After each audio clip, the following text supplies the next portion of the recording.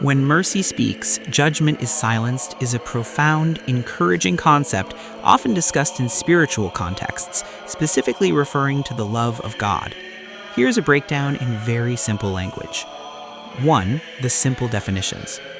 Judgment is getting exactly what you deserve for a mistake or a wrongdoing. It is strict fairness. If you break a rule, you pay the price. Mercy is not getting the punishment you actually deserve. It is compassion, pardon, and a second chance. Silenced means the argument is over. Judgment has nothing more to say because mercy has taken over.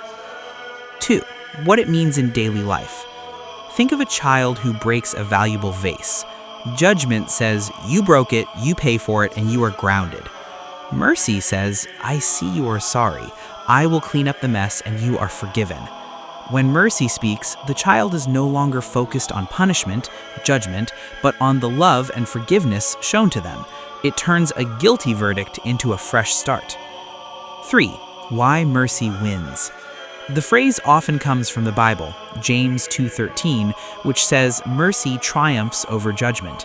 This means that when God acts, his desire to show love is stronger than his need to punish. It cancels the past. Mercy doesn't care about what you did wrong yesterday. It cares about setting you free today. It restores hope. Judgment brings fear and shame, but mercy brings hope and comfort. It qualifies the unqualified. It allows you to receive blessings you didn't earn or deserve. 4. A simple analogy. Imagine you are in a courtroom, you are guilty, and the judge is about to sentence you. Suddenly, someone pays your fine and takes your punishment. The judge looks at you and says, case dismissed.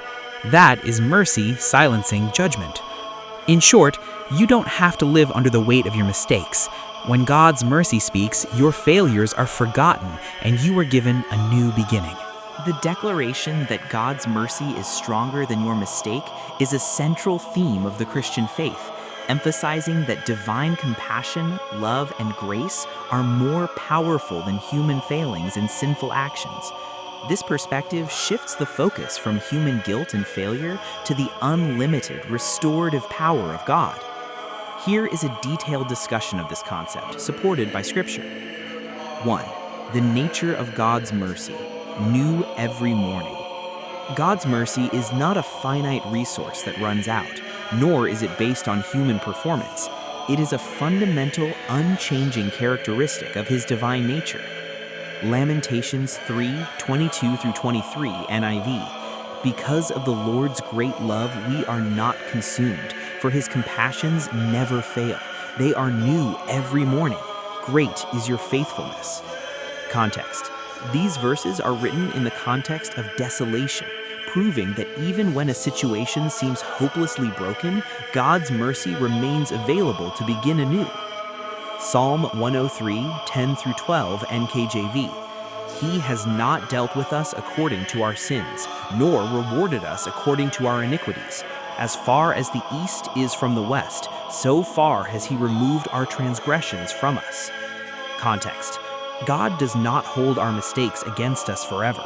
He separates our failures from us, removing the weight of guilt. 2. Mercy overcomes judgment. While our mistakes demand consequences and judgment, God's mercy is designed to triumph or override that judgment. James 2:13 NKJV. Mercy triumphs over judgment. Context. God's desire is not to condemn us for our failures, but to use them as a point of reconnection with him. Titus 3:5 NLT, he saved us, not because of the righteous things we had done, but because of his mercy. Context. Our salvation and restoration are not earned by perfection. They are a gift of grace, which covers mistakes. 4. Biblical examples of mercy surpassing failure. The Bible is filled with individuals who made massive, catastrophic mistakes, yet were fully restored by God's mercy. Peter, denial. After Peter denied Jesus 3 times, a massive failure, Jesus did not condemn him. Instead, he restored him and made him a leader in the church in John 21:15-17. David, adultery and murder. Despite severe sins, David repented, and God called him a man after his own heart in Acts 13:22, redeeming his failure. The prodigal son, wastefulness, the father, representing God, ran to meet the son with open arms, not with a list of his failures, in Luke 15, verse 20. Paul, persecution, Saul, a murderer of Christians, became Paul, the apostle, showing that no past is too dark for God's mercy. 5. Moving from guilt to restoration. Embracing this truth requires letting go of washed-up labels, such as failure or guilty, and accepting new labels, redeemed, restored, and forgiven. 1 John 1:9 NIV, "If we confess our sins, he is faithful and just and will forgive us our sins and purify us from all unrighteousness." Context: the only limit to God's mercy is refusing to receive it. Confession brings an immediate, cleansing, and complete fresh start. 5. God's ability to use mistakes for good. God is not limited by our poor choices. He can take the ashes of our mistakes and turn them into something beautiful. Romans 8:28 AMP. And we know with great confidence that God, who is deeply concerned about us, causes all things to work together as a plan for good for those who love God. Context: God can work around our mistakes and turn a setback into a setup for a comeback. Summary: you are not defined by your worst moments, but by God's redemption. His mercy is always greater than the sum of your mistakes.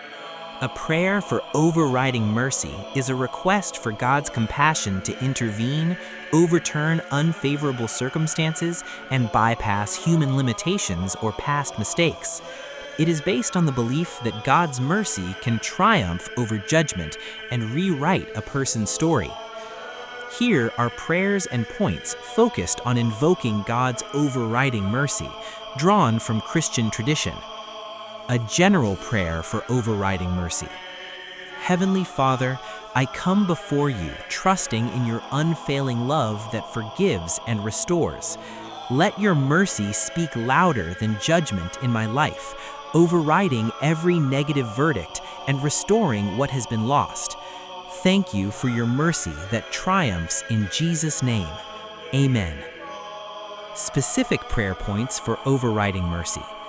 To overturn judgments, pray for God's mercy to cancel negative verdicts and accusations.